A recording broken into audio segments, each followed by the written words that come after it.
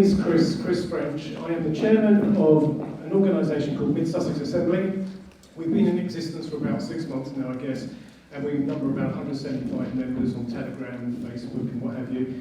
And we meet on a regular basis. We meet here in this very building on a weekly basis, Mondays, and we alternate Mondays and Wednesdays. And if you want to find out more about us, perhaps consider joining us. We'd love to have you as members.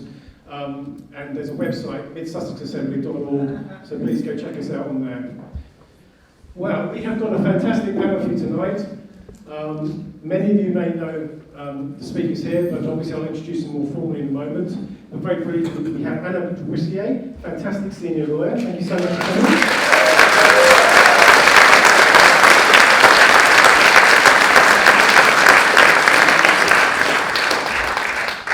We have David Kurten, who is the leader of the Heritage Party. So let's hear from David.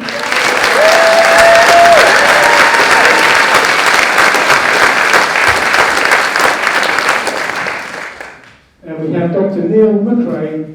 Thank you ever so much for coming on.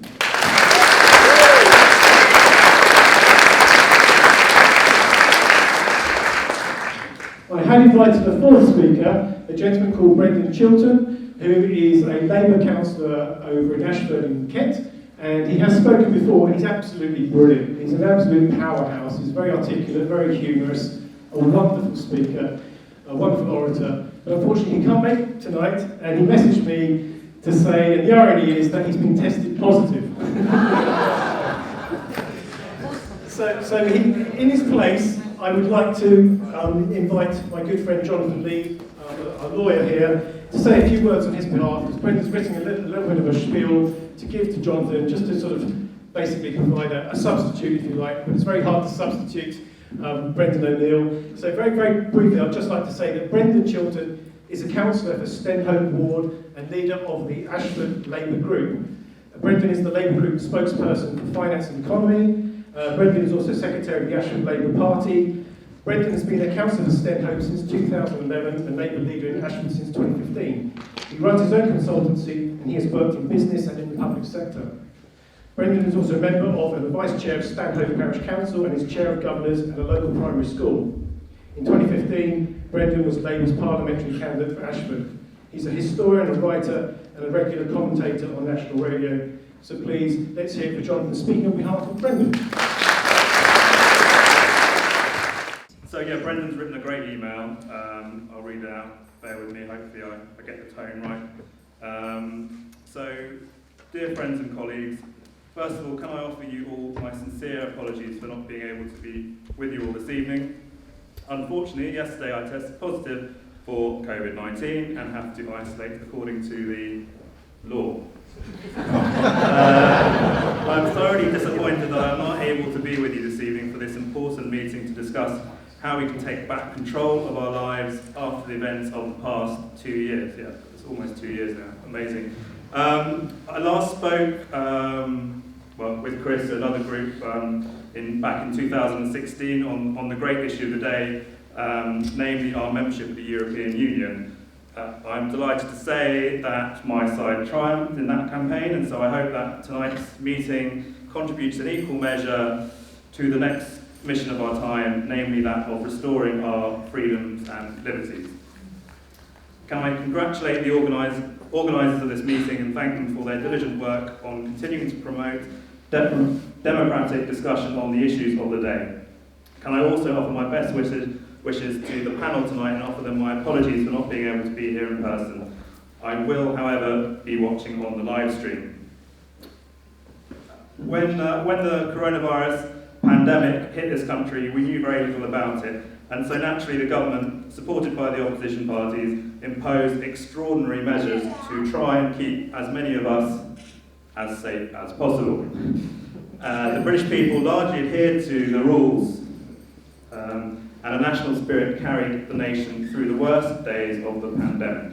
We clapped our key workers, we all queued for toilet roll and pasta, and spent large sums of money on bottles and bottles of hand sanitizer, which luckily we don't see anymore. Things are moving on positively, I think. But that summer of 2020, when people spent their afternoons sipping cool gin and tonics in their gardens seem so far away now. Vaccine passports, travel restrictions, compulsory vaccines in Europe, police firing on protesters in Holland, quarantine camps in Australia, the unvaccinated losing their jobs, lockdowns in Austria, building back better. It all has an incredible Orwellian feel to it. Let me state here and now, the COVID virus is real and it's dangerous. I'm repeating Brendan's words here. It is particularly dangerous, again, for those with underlying conditions. As I write this statement this afternoon, I cannot taste or smell my coffee, and my breathing is difficult. I have COVID, but I am double jabbed. Nobody is denying the severity of the virus and the pressure our NHS has experienced. But what we are challenging is the right of a government to govern every aspect of our lives. Earlier in October, the COVID laws were extended for an additional 6 months. The right to restrict the right to assembly, the right to protest, the right to trial by jury, the retention of DNA, new powers for the police and intelligence services, the right to trade freely, the right to date someone, to go to a gym, to travel, and all other rights exist at the whim of a parliamentary vote. England is no longer a free country. It is, as the Right Honourable Steve Baker MP has said, a dystopian society. There are also ghastly rumours of mandatory vaccination, mandatory testing, and other hideous infringements on our liberties. Other members of the panel will describe more eloquently their own experiences and views on our present situation, but I will say only this: all of this will only end when we, the people, say it must end. Yeah. History is littered with examples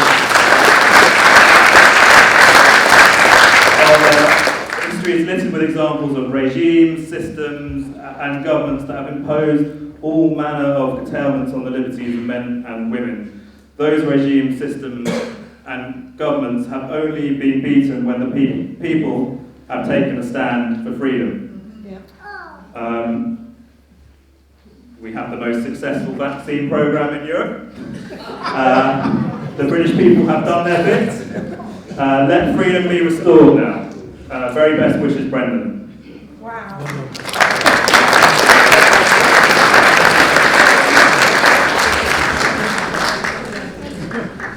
Fine words from Brendan, and I'm sure you would agree with me to wish you well, rapid recovery. So I know you're watching, Brendan.